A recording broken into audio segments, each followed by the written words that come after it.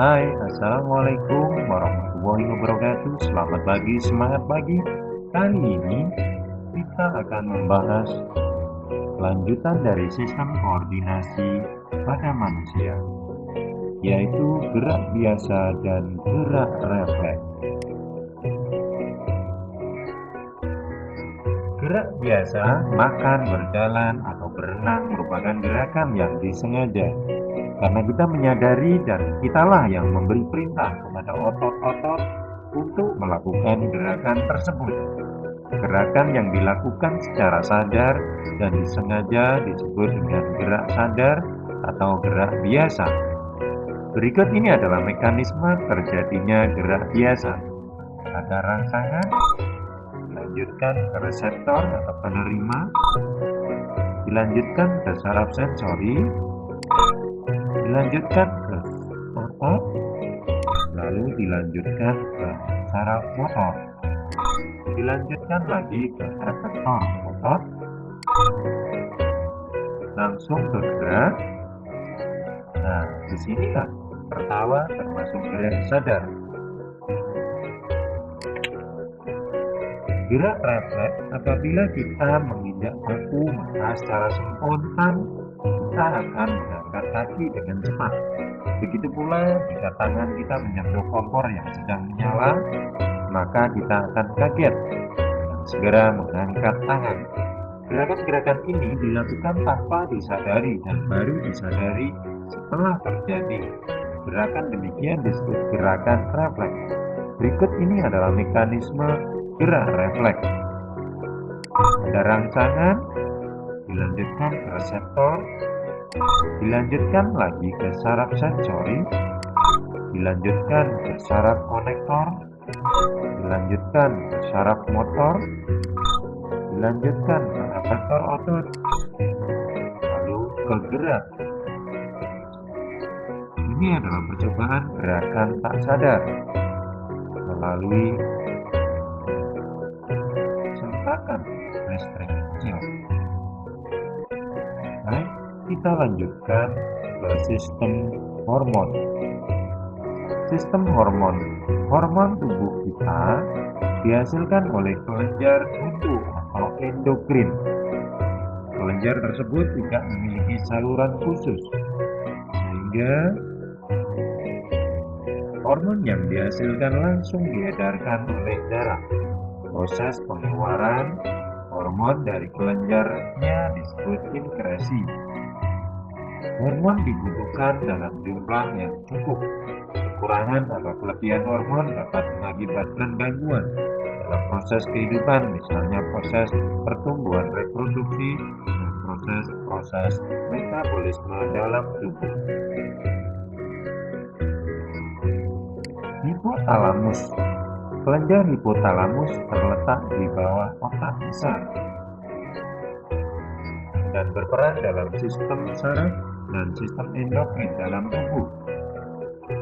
Pada kelenjar hipotalamus terdapat sel-sel khusus yang menghasilkan hormon pelepas atau pembebas dan hormon penghambat. Hormon pelepas bekerja menggiatkan kelenjar hipofisis untuk menghasilkan hormon, sedangkan hormon penghambat bekerja dengan cara menghambat kelenjar hipofisis untuk mensekresikan hormon.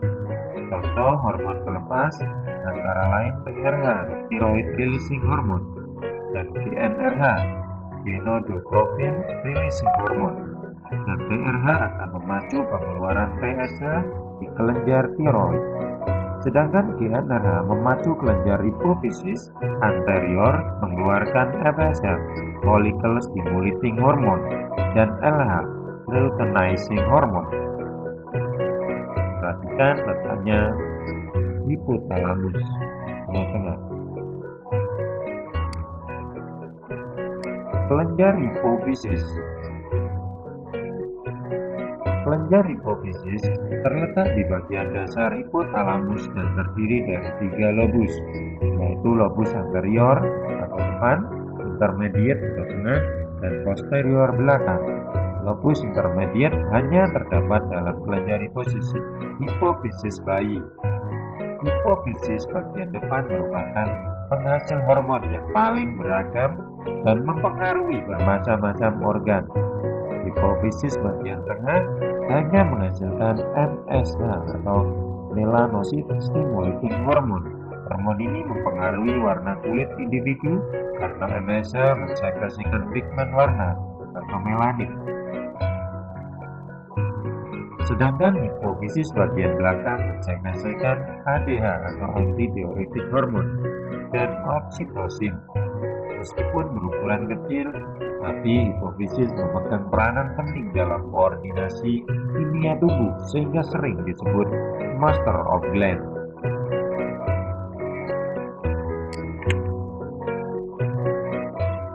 Kelenjar hipofisis atau pituitari, hormon yang dihasilkan kelenjar hipofisis adalah anterior adalah ACTH, mengatur sekresi beberapa hormon korteks adrenal, misalnya adrenokortikosteroid, ada FSH bersama estrogen merangsang ovulasi, ada UCSH merangsang sel Leydig pada testis untuk berkembang dan menghasilkan testosteron, fungsi LH merangsang terjadinya ovulasi, ada TSH mengontrol sekresi hormon tiroxin dari kelenjar tiroid. Yang hipofisis posterior ada ADH yang fungsinya menurunkan volume urin yang dikeluarkan, meningkatkan tekanan darah dengan cara menyempitkan pembuluh darah. Ada oksitosin yang merangsang kontraksi otak polos pada rahim wanita hamil ketika melahirkan, merangsang kontraksi sel-sel kelenjar susu agar mengeluarkan air susu.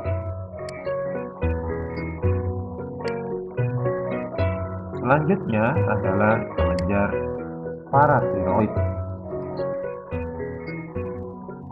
Kelenjar paratiroid berjumlah 2 pasang dan menempel pada bagian belakang kelenjar tiroid.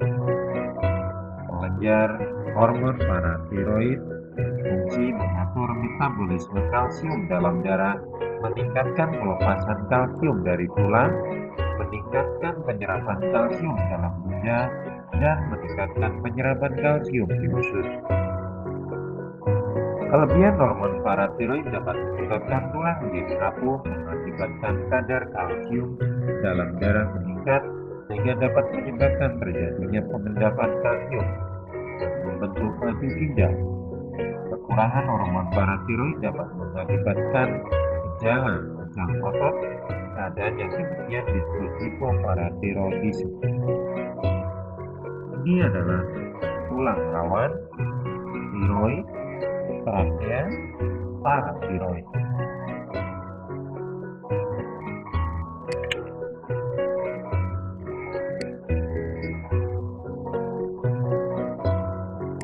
Kelenjar tiroid atau kelenjar kondor, kelenjar yang terdiri atas 2 lobus. Hormon yang disekresikan oleh kelenjar tiroid antara lain hormon calcitonin, dan tiroid. Hormon tiroid ada 2 macam, yaitu tiroksin dan triiodothyroid. Hipertiroid, kelebihan hormon tiroid menyebabkan gejala hipermetabolisme yang ditandai dengan gugup, nadi, dan napas cepat serta tidak teratur, mulut terenganga, dan mata lebar atau exophthalmos. Gejala ini disebut morbus Basedowi. Hipotiroid, kekurangan hormon tiroid sebelum dewasa dapat menyebabkan kretinisme atau kergil, yaitu penderita tidak dapat mencapai pertumbuhan fisik dan mental yang normal, serta mengalami pembengkakan pada kelenjar tiroid.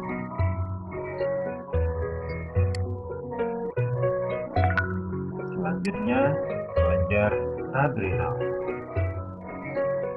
Kelenjar anak ginjal atau adrenal suprarenalis merupakan 2 struktur kecil yang terletak di atas tiap ginjal dan banyak mengandung darah, baik secara anatomi maupun secara fungsional.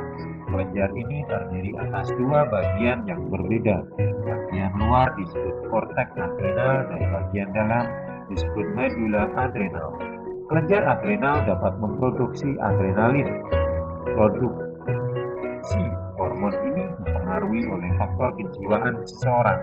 Jika terkejut atau ketakutan, maka sistem sarafnya akan merangsang anak ginjal bagian medula untuk memproduksi banyak adrenalin. Akibatnya dapat menyebabkan terlalu banyaknya glukosa yang tersedia.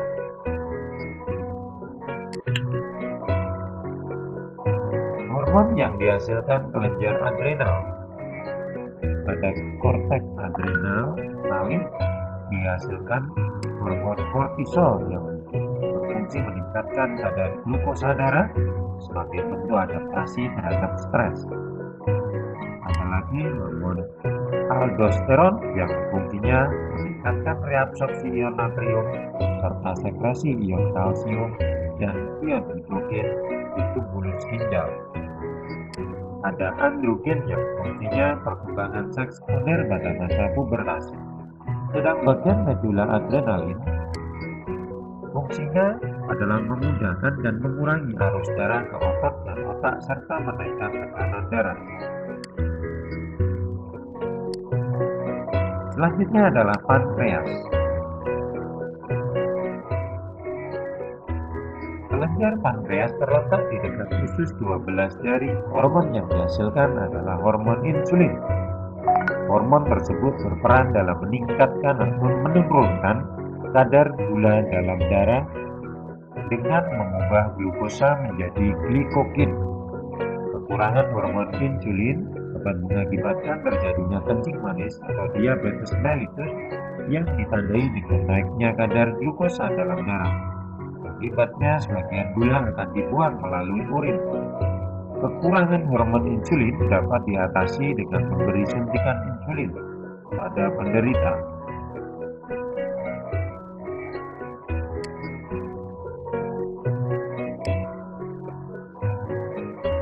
Ovarium atau kelenjar kelamin wanita. Ovarium adalah kelenjar kelamin wanita yang mensekresi hormon estrogen dan progesteron. Kedua hormon ini berpengaruh terhadap pertumbuhan seks sekunder pada wanita. Ciri-ciri pertumbuhan seks sekunder pada wanita antara lain payudara membesar dan tumbuhnya rambut pada bagian tertentu.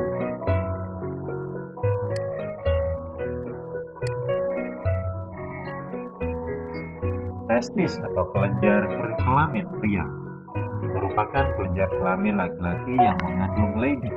Sel-sel leydig menghasilkan hormon testosteron yang berpengaruh terhadap ciri-ciri perkembangan seks sekunder laki-laki, antara lain suara menjadi besar, dada bertambah bidang, dan tumbuhnya rambut pada bagian tertentu, kumis, janggut, cambang, kemaluan. Testosteron juga mempengaruhi proses spermatogenesis. Demikian sistem hormon yang ada pada manusia.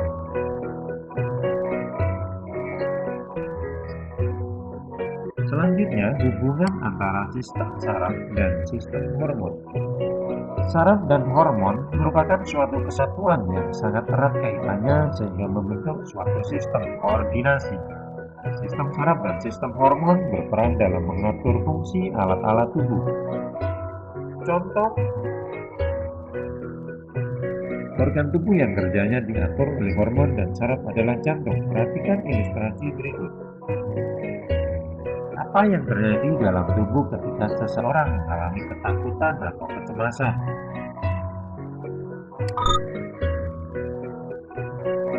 Dia ketakutan, memacu hipotalamus, pusat saraf parasimpatetik di sumsum tulang belakang, terus diteruskan ke saraf simpatetik dan dilanjutkan kepada kelenjar anak ginjal dan afektor. Selanjutnya kelenjar anak ginjal akan menghasilkan adrenalin. Disitulah akan ada respon. Ini ada alurnya. Responnya terhadap ketakutan adalah kecepatan jantung meningkat, penyempitan darah pada kulit, melebarkan pembuluh darah jantung, paru-paru dan otot, perubahan glikogen menjadi glukosa, dan berkeringat. Itu adalah hubungan antara sistem saraf dan sistem hormon. Untuk itulah kita harus menjaga kondisi pikiran dan perasaan kita untuk bisa selalu menjaga kesehatan kita. Karena itulah ada pengaruhnya antara perasaan dan kesehatan. Demikian penjelasan mengenai sistem koordinasi, sistem hubungan, sistem saraf, dan sistem hormon. Semoga bermanfaat. Kita akhiri. Assalamualaikum warahmatullahi wabarakatuh.